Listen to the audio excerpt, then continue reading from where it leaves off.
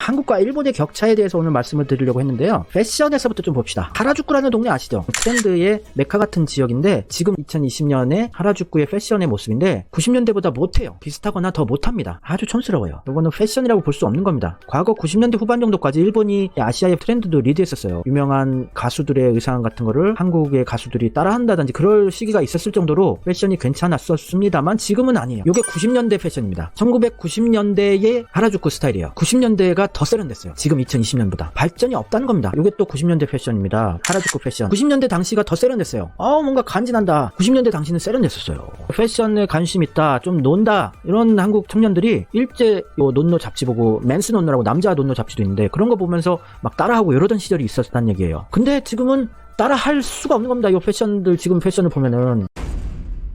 일본의 캬바크라나 유흥업에서 종사하는 여성들이 많은데 이런 유흥업 종사자들의 선전이에요. 광고. 촌스러워서 죽을 것 같아요. 헤어스타일 보세요. 찌라시 자체도 촌스럽게 그지 없습니다. 빈 공간 없이 꽉꽉 채워놓은 여백의 미도 없는 사진은 무슨 뽀샵으로 누나를 다 크게 해놓고 촌스러워서 정말 봐줄 수가 없어요. 한국 오면은 훨씬 세련됐다고 다들 얘기를 해요. 일본 애들이. 한국이 모든 분야에서 다 세련됐다. 특히 젊은 애들은 한국이 더 잘 사는 나라라고 완전히 인식이 박혀 있습니다. 요거는 요 캬바크라 이런 거 조금 비싼 데는 크라브라 그런데 이런 데서 구인 광고 하는 거예요. 하루에 일당 15,000엔 보증, 한 15만원 정도 일당을 보증하겠다 이러면서 광고를 하는데 드레스도 너무 촌스럽고 머리 스타일도 여기 꼬불꼬불하게 이렇게 말고 아직도 노란 염색을 하고 뭔가 촌스러워요. 촌스러워졌다. 정체되어 있다. 패션이라는 게. 일반인들도 촌스러워요. 이 여성 사원들을 유니폼을 입혀놓는데 너무 촌스러워요. 어떻게 저런 옷을 입혀놓고 일을 시킬까? 여성 인권 탄압 아니냐. 우리나라 같았으면은 여성부에서 이거는 여성 인권을 탄압하는 거다. 너무 촌스럽다. 시위도 하고 이럴 겁니다. 북한 아닙니다. 이건 버스 안내양이 아직도 있는데 옷이 5, 60대 분들이 젊었을 때 입던 교복 같은 느낌이죠. 세라복. 옷이 촌스러워요. 죄송합니다만 1990년대 때부터 변화가 없다. 아이돌 그룹 애들도 수준이 요 수준이에요. 패션이라는 게. 우리나라 고등학교 학예회 할 때도 이렇게 입으면 촌스럽다고 욕먹을 수준인데 보는 것만으로도 빡 도는 패션. 촌스러운 게 죄는 아닌데 얘네들 일본 애들 보면 죄로 느껴져요. 범죄예요. 아라시라는 아이돌 그룹의 각설이 애들이 누더기 옷을 입고 박진영이 옛날에 입었었던 패션인데 뭐 더 이상 할 얘기는 없고 촌스럽다. 예전에는 우리나라의 수준이 경제 개방도 늦었고 경제 발전도 늦었기 때문에 일본보다 일본의 모든 게 다 세련되고 멋있어 보였었죠. 근데 지금 우리가 세련됐다고 생각했던 시절 그대로 머물러 있고 우리는 엄청나게 발전해버렸어요. 그러니 봐줄 수가 없는 거죠, 수준이. 우리나라 좀 눈정화 좀 할까요? 블랙핑크. 세련됐어.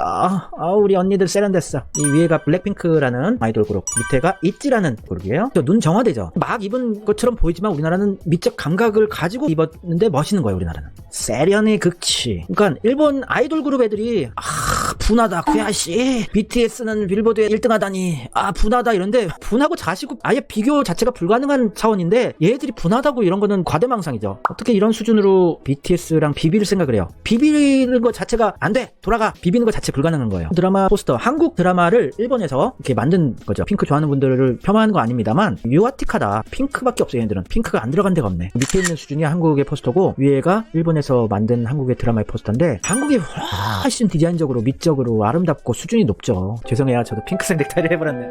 빡침.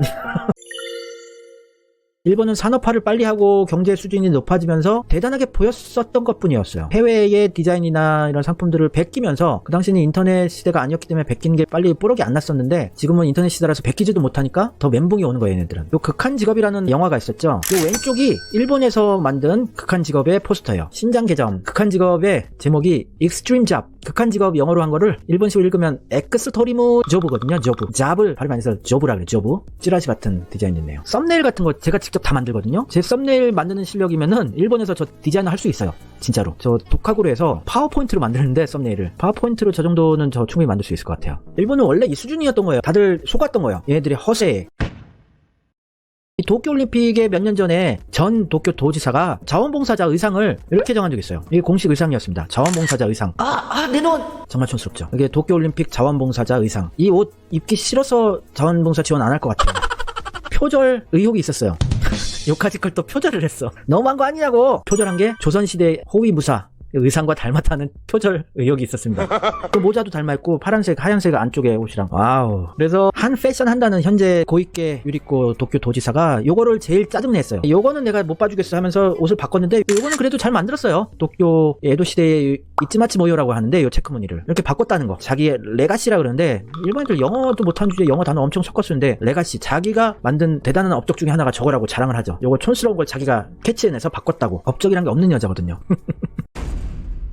그리고 일본 건축 현장에서 일하는 분들이 입는 의상이 있는데요. 건설 공사장에서 이런 바지를 입습니다. 의미를 알 수 없죠. 상당히 불편하고 위험해요. 어디 걸릴 수도 있고 이래가지고 이유를 알 수는 없어요. 그냥 자기네들의 허세예요. 나 이 험한 일 하는 사람이야 이러면서 이런 식으로 입어요. 통이 크게 하고 신발을 주의 깊게 보시면은 발끝이 갈라져 있죠. 요걸 지카탑이라고 해요. 타비가 버선이란 뜻이거든요. 지카는 지하철 할 때 지하를 지카라 그래요. 그래서 지카 버선인데 지하 버선 이렇게 갈라진 걸 신으니까 버선도 갈라진 걸 신을 수밖에 없어요. 갈라진 버선과 지카탑이라는 신발을 외정시대 때 조선인들이 보고 깜짝 놀란 거죠. 발이 쪽 갈라졌다 해서 쪽발이라고 불리기 시작한 거죠. 그래서 쪽발이에요. 왜 이렇게 갈라진 걸 신냐 했더니 일본의 이 남학신이 이런 형식이에요. 남자건 여자건 이런 걸 신으니까 버선까지 갈라지게 만든 거죠. 이게 주객이 전도된 것 같지 않습니까? 그러니까 전통을 지키려다가 이렇게 다 돼버린 거죠. 그러니까 얘들은 주어진 환경을 아무리 불편하다고 생각이 들더라도 뒤집어 엎고 완전히 새로 새 판을 깔자 이걸 못해요. 절대로 못해요. 완전히 새롭게 뒤집어 엎지 못합니다. 주어진 환경 안에서만 노력을 하는 거예요. 얘들은. 일본 남학신 왜 이렇게 불편하게 만들었을까? 하나 있는 거는 굉장히 불편하고 위험하지 않습니까? 균형 잡기도 힘들고 두 개를 놓으면 될 걸 기둥을 왜 하나를 만들어서 이렇게 딸깍거리고 다니느냐. 작업복 같은 것도 촌스러워요. 보잘것없는 재질로 싸구려탱이로 색깔도 촌스럽고 디자인도 그린 이런 걸 입혀놨을까? 무슨 죄수들도 아닌데. 근데 우리나라는 작업복 요즘에 멋있게 잘 나옵니다. 반듯하게 나오지 않습니까? 스타일도 괜찮아요. 재질 자체가 튼튼한 재질입니다. 제가 예전에 일본 공장에 작업복을 몇 번 입어본 적이 있는데 뽀대가 안 나요. 아 거지 같아. 내가 입고 내가 거울을 보니 정말 자세가 안 나온다. 아우 구리다. 도쿄 주차 단속하는 사람들은 어디서 뽑아왔는지 모르겠는데 옷도 큰 거 입고 다녀요. 아니 진짜로 이렇게 입고 다니고 일할 맛이 안 나갔어요. 일할 맛이. 어린이 보호구역 같은 데서 경찰들이 이렇게 카메라 설치해놓고 속도 단속하는 경우 있어요. 그냥 카메라를 달아놓으면 되잖아요. 우리나라는 대부분 CCTV 또 속도 위반 이런 카메라들이 학교 앞에 어린이 보호구역은 대부분 다 설치가 되어 있는데 일본은 저런 쓸데없는 짓을 시켜요. 일본의 지하철 개찰구랑 이 매표기 근데 왜 이렇게 버튼을 좋아하는지 몰라요. 눌러야 돼요 무조건. 버튼이 아직도 조잡스럽게 달려있고 터치 스크린으로 못 만들어요 애들이. 미련이 항상 남아있는 거. 버튼을 꼭 주변에 달아야 돼요. 그리고 뭔가 잡스러운 스티커는 다 붙여있어요. 이걸 누가 읽는다고 누가 읽어요 이거를. 지나가느라고 바쁜데 버리질 못해요. 얘들 쓰레기도 버리질 못하고 옛날 골동품들 같은 거 집안에 쌓아놓는 뭔가 정리를 못한다. 알프스라는 회사가 있어요. 일본 회사. 거기가 1위거든요. 전세계 버튼 제작 업체 중에서. 자동차의 뭐 오디오 버튼에 들어가는 그런 안쪽에 스프링이 장착된 조그만 버튼 이런 것들 다 일본이 1등이긴 해요. 그래서 버튼을 좋아하는 걸 수도 있고 버리지 못하는 걸 수도 있고. 한국 한번 볼까요? 한국 눈정화.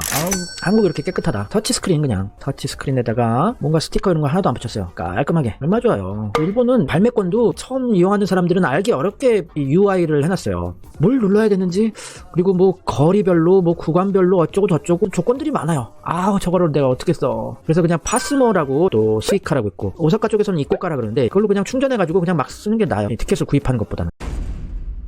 요게 규동이라고 덮밥집이에요. 소고기 덮밥집. 마찌야라고 하는 일본의 최고의 덮밥 체인점입니다. 거기에 발매기예요. 발매기. 버튼이 다닥다닥 붙어있네요. 터치 스크린이 없냐 니네들? JDI라고 재팬 디스플레이 있잖아요. 터치 패널 LCD로 만들면 되지. 아우 나 얘네들 진짜 왜 이럴까? 그것도 조그만 영세 무슨 가게에서 이렇게 그냥 만든 것도 아니고 전국 체인점이야. TV 광고도 하고 상장 기업입니다. 대기업. 요거 버튼을 누르게 하는 거예요. 이게 메뉴 바뀌면은 저거 스티커 저 메뉴 사진 다 하나씩 바꿔야 돼. 가격도 조정을 하려면 하나씩 다 바꿔야 돼.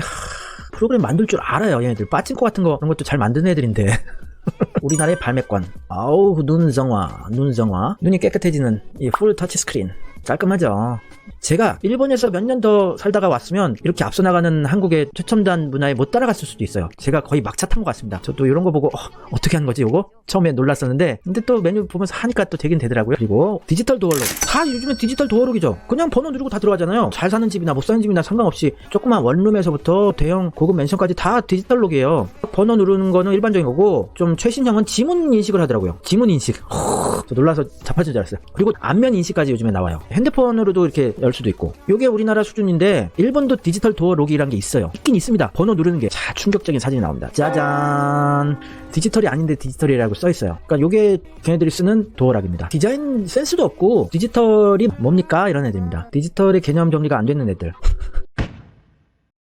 일본의 버스가 굉장히 느려요. 선진 시민의식, 안전하게 운전해 이렇게 감동하시는데 매일 타보세요. 너무 느리고 답답합니다. 좌석도 굉장히 좁습니다. 남자 둘이 앉으면 터질 것 같아요. 일본은 이 중앙 전용 차선 아직 없거든요. 버스 전용 차선이 굉장히 편합니다. 광역버스 같은 거는 고속버스입니다. 날라다녀요. 우리나라는 다 빨라요. 다 빠르고 효율을 생각하는 민족이죠. 어떻게 하면 더 편하게, 더 빠르게, 더 싸게 시스템을 만들까? 요거를 골똘히 생각합니다. 공무원들도 그렇고 회사원들도. 일본은 옛날 방식 그대로 어떻게 하면 살 수 있을까? 요것만 생각하고 있는 거예요. 일본 버스 요금 내는 건데 IC 카드 터치하는 부분 있고 동전 넣는 부분 있고 또 잔돈 바꾸는 부분 있고 지폐 넣는 부분 있고 정신없게 만들어놨어요. 우리나라 거는 이렇게 터치로 하고 또 지폐 투입하는 것도 그 밑에 장착을 하고 소형화하고 심플하게 매끈하게 뽑아냈다는 얘기예요. 우리나라가 잘하는 거죠. 그리고 우리나라 이제 버스 지하철 타보면 티켓 끊어서 타는 사람 없어요. 할머니 할아버지들도 핸드폰이나 카드 찍고 타더라고요. 스마트폰이죠 다 요즘에. 일본은 젊은 친구들 외에는 스마트폰 활용도가 모자라요. 되긴 됩니다. 일본 뭐 애플페이 같은 거 천불 충전식 카드 같은 걸로 이렇게 하는데 우리나라는 뭐 신용카드로 후불제로 그냥 결제를 하는 회사원분들이 많죠.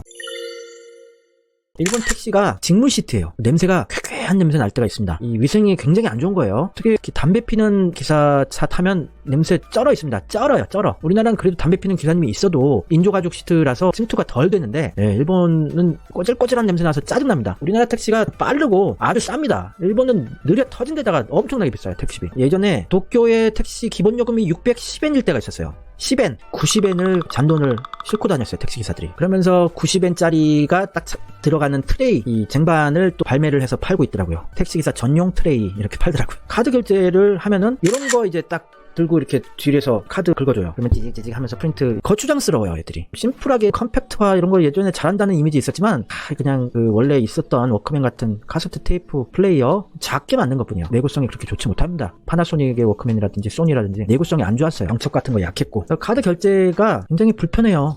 아직도 종이에다가 이렇게 사인하는 가게들도 많고 한국은 이 가게 종업원이 사인을 해주더라고요. 귀찮으실까봐 했어요. 일본은 가게가 보관해야 하는 용도 있고 종이 또 손님이 가져가는 용도 있고 카드 회사에 보고할 때 쓰는 영수증이 있어요. 3개를 뽑아야 되는 거예요. 하나 둘 셋 해서 손님한테 이렇게 사인하라고 또 이렇게 가져가서 볼펜으로 사인을 또 받아와야 됩니다. 되게 불편해요.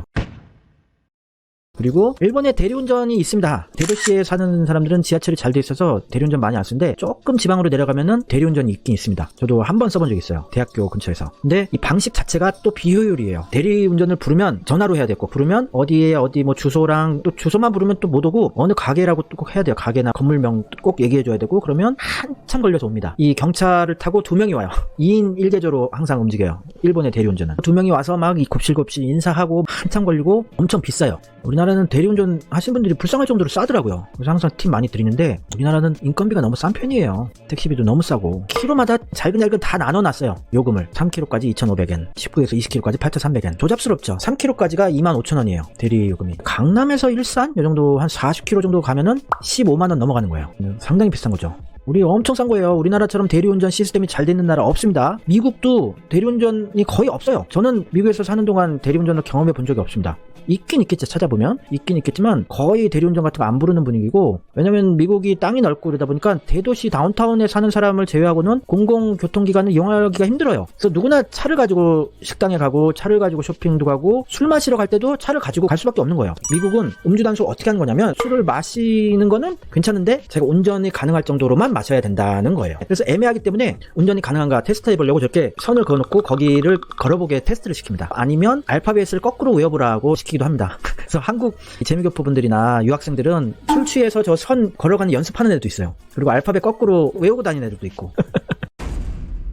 우리나라는 시스템이 얼마나 잘 있는데요. 저도 한국에서 어딜 가나 전화번호는 다 보이고 대리운전 전화. 찾기 귀찮을 때는 카카오 대리운전. 요게 또 신세계더만. 앱으로 그냥 카카오 택시 부르면은 위치 그냥 안 알려줘도 알아서 와요. 대리운전도 부르면 알아서 찾아오시고 기사님 이름이랑 얼굴까지 어디까지 왔는지까지 다 보여요. 우리는 최첨단의 시대를 살고 있는 거죠. 일본은 아직도 모든 게 아날로그예요. 일본이 뭘로 갑자기 부활을 하겠습니까? 경제가 부활이 될 일이 뭐가 있어요? 올림픽 하나로 다시 부활해 보려고 했었는데 코로나 때문에 폭망돼버렸죠. 앞으로 지진은 계속 올 것이 예정되어 있고 우리나라는 뭘 하든지 간에 시스템을 제대로 구축을 합니다. 엄청나게. 대리운전도 별것 아닌 영세 사업인데 일본에서는. 우리나라는 창조경제 완전 시장을 만들어버렸어요. 대리운전 시장 규모가 1년에 2조 7,600억 대리운전 기사수 16만 3,500명 대리운전 업체가 3,000개가 넘어요. 대리운전 기사님이 하루에 평균 운행 횟수가 5.4회고 업체당 월 평균 콜수가 8,900건 3,000개의 업체가 있는데 업체별로 8,900건이나 콜수가 들어오고 이렇게 시스템을 만들고 산업을 구축해버려요. 대단한 겁니다. 이게 우리나라 사람들이 참 잘하는 건데 우리나라 사람들이 미국의 한인타운을 만들 때 처음부터 대형 마트를 건설해요. 뭐 롯데마트, 그랜드마트, 마트 큰 거를 만들어서 먹고 살 거를 중심 축을 하나 만들어 놓는 겁니다. 그래서 어딜 가나 한인타운에는 대형 슈퍼가 있어요. 크게 여러 개 있습니다. 그래서 아시안계 사람들은 한국 슈퍼마트 가서 다 식료품을 구입하고 이러죠. 그 시스템을 구축을 하는 거예요. 그래서 우리는 산업화나 조직화, 대형화 이런 거는 무지 잘하는 거죠. 한국 와서 놀란 게 또 관공서를 갈 일이 없어요. 이런 무인 민원 발급 창구도 있고 이것도 안 써요. 우리나라는 그냥 인터넷으로 집에서 컴퓨터로 다 발급이 됩니다. 주민등록 등본이다, 호적등본이다, 가족관계증명서다, 무슨 모든 서류가 다 집에서 프린트가 가능합니다. 민원24에서 놀라버렸어요. 요거는 일본이 절대로 못 따라오죠. 일본도 지금 이런 무인 민원 발급기 같은 거 도입을 하고 있는데 자체적으로 못 만들어서 한국 기업체들이 거의 대부분 다 수주를 따내고 있어요. 노하우도 없는 겁니다. 디지털화 하고자 하는 의지도 없는 데다가 조금 의지가 생겨도 그걸 할 여력이 안 되는 거예요. 그런 수준이라는 거. 일본의 구청을 구약시오라 그러는데 아수라장이에요. 정신이 하나도 없고 줄은 엄청나게 서 있고 이게 그냥 일본의 구청의 사진 찍어 놓은 건데요. 정신 없어요. 돗대기 시장 와글와글 여기 종이 꾸러미 막 쌓여 있고 혼돈의 극치. 저는 일본에서 구청이 구약시오 가는 게 제일 싫어요. 기다리기도 많이 기다리고 뭔가 정신없고 짜증나는 이런 게 일본의 구청입니다. 한국의 구청의 모습을 보시겠습니다. 깨끗해요. 저도 한국에 처음 왔을 때 몇 차례 갔었는데 한산합니다. 사람이 많이 없어요. 깨끗하고 집에서 다 컴퓨터로 저를 뽑으니까 갈 일이 없는 거예요. 구청을. 그래서 쾌적합니다. 번호표 뽑자마자 띵동 그래요. 사람이 없어요. 번호표 뽑을 필요도 없는 거예요. 뽑자마자 띵동이니까. 그래서 너무 쾌적하고 편하고 또 공무원들이 왜 이렇게 똑똑하고 일처리가 빠릅니까? 스트레스가 없어요. 한국에서 일처리 해보면 스트레스가 없다. 일본은 스트레스가 생활화된다. 또 일본이 우리한테 한참 뒤처진 거 열쇠. 아직도 열쇠 문화예요. 열쇠 장인들이라고 있는데 잘 안 맞는 경우도 많이 있었습니다. 제가 카피해서 써봤는데 장인도 허상이에요. 아침에 일어나면은 가방에다가 열쇠 넣고 동전 지갑 넣어야 돼요. 일본은 찰랑찰랑거리는 동전 지갑은 필수적으로 가지고 다녀야 됩니다. 그거 없으면은 가방 안이 지저분해져요. 하루 종일 찰랑거려요. 여성분들은 장지갑 안에 동전을 많이 넣을 수 있는 이런 지갑을 이용하는 경우도 많아요. 한국 와서 지갑도 필요 없더라고요. 핸드폰 하나만 가지고 나가면 모든 게 다 돼요. 신세계. 동전을 안 쓰는 사회를 만들어 나가면 될 것을 동전 지갑이 이게 돈 꺼내기가 귀찮으니까 힘드니까 이렇게 동전을 분류해서 갖고 다닐 수 있는 편하게 사용할 수 있는 것을 또 개발해서 팔고 있습니다. 창조경제군요. 어떻게 봤을 때는. 그러니까 얘들은 이 주어진 틀 자체를 갈아엎질 못한다고 제가 수십 차례 말씀을 드렸어요. 주어진 조건 안에서만 계산을 하는 겁니다. 열쇠 꾸러미 많아요. 집 열쇠도 필요하고 직장 회사 열쇠도 필요한 사람도 있고 사물함, 서랍 열쇠 뭐 각색의 열쇠들이 필요합니다. 일본에서 살게 되면은. 그리고 또 일본이 열쇠랑 동전만 가지고 나가느냐? 아니죠.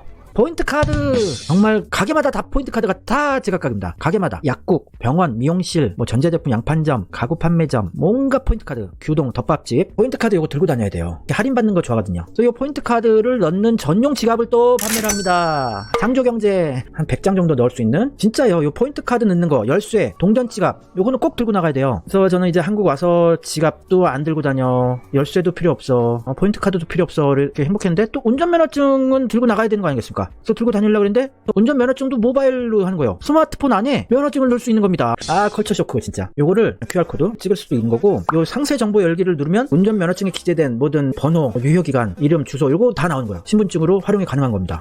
이렇게 빠른 나라 없어요. 살기 편해요. 우리나라가. 돈만 있으면 살기 편해요. 조건. 돈만 있으면.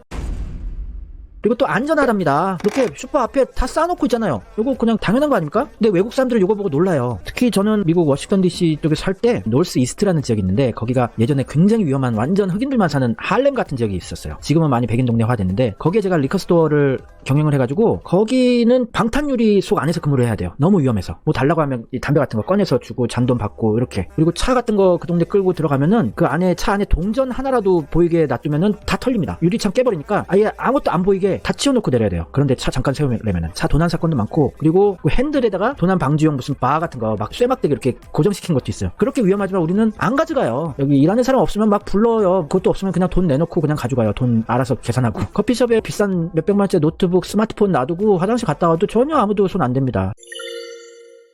택배 왔는데 한 일주일 어디 갔다 와도 그대로 있어요. 그냥 집 앞에 놔두고 가잖아요. 놔두고 사진 찍어서 보내잖아요. 택배 기사분이. 근데 일본은 지금은 좀 바뀌고 있긴 한데 없으면은 요걸 놔두고 가요. 우체통에다가. 부재 연락표. 아우 짜증나. 요거 있으면은 또 전화를 해야 돼요. 근데 약속한 시간에 내가 갑자기 또 무슨 급한 일이 있어서 집에 없으면 또 다시 요거 또 놔두고 가는 거야. 또 다시 전화해서 언제 몇 시까지 와주세요. 이게 굉장히 비효율적인 겁니다. 놔두고 가시라고. 그래도 서로 못 믿어요. 신뢰 안 합니다. 못 믿기 때문에 택배도 못 놔두고 가는 거고 도난하는 사례가 있기 때문에 요 택배 기사분이 직접 택배를 주고 사인을 받아가야 됩니다. 일본 민도가 안 높죠. 여러분들이 초과왔던 겁니다. 택배 같은 거 그냥 놔두고 가질 못해요. 이렇게 의심이 많은지 몰라요. 제가 한국에 온 지 1년 더 됐는데 단 한 번도 택배 도난 사건 없었습니다. 서로 암묵적인 동의를 한 거죠. 암묵적 합의. 우리 택배를 편하게 받아보고 살기 위해서 서로 훔치지 말자. 서로 손대지 말자. 사회 전체적인 합의가 암묵적으로 동의를 한 거예요. 일본인의 와와 같은 질서 시스템이 얘기도 안 했는데 조성이 돼버린 거죠. 이게 우리나라가 발전 가능성이 굉장히 크다고 생각하는 것 중에 하나예요. 전 국민의 공감, 서로 지켜주자. 우리 편하게 살기 위해서 이건 지키자. 이게 아무 나라에서나 되는 게 아니에요. 단일 민족에 가까운 나라고 한민족이라는 정체성 하나로 이 합의를 지켜나가는 거죠. 예, 택배는 진심이죠.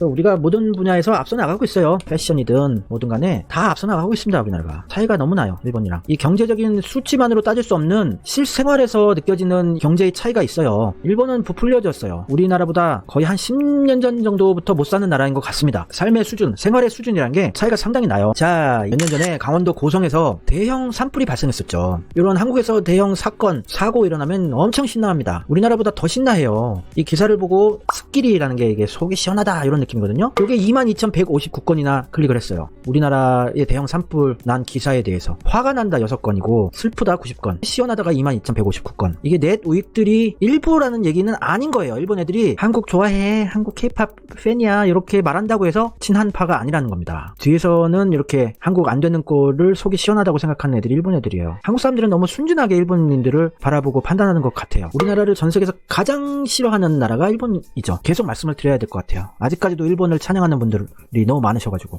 평균적으로 80% 이상이 전 세계에서 우리나라에 대한 긍정적인 이미지를 가지고 있어요. 호감을 가지고 있습니다만 일본만이 압도적으로 한국을 싫어하는 비율이 53.2%로 파란 색깔 가장 높고 한국 좋아하는 사람 18.8%밖에 안 돼요. 일본 국민의 반 이상이 한국을 싫어해요. 53.2%가. 정신 우리가 똑바로 차리고 불면동은 계속해서 변함없이 해나가야 되고 일본이 알아서 고개를 숙이는 그날까지는 일본한테 무조건 강하게 나가야 됩니다.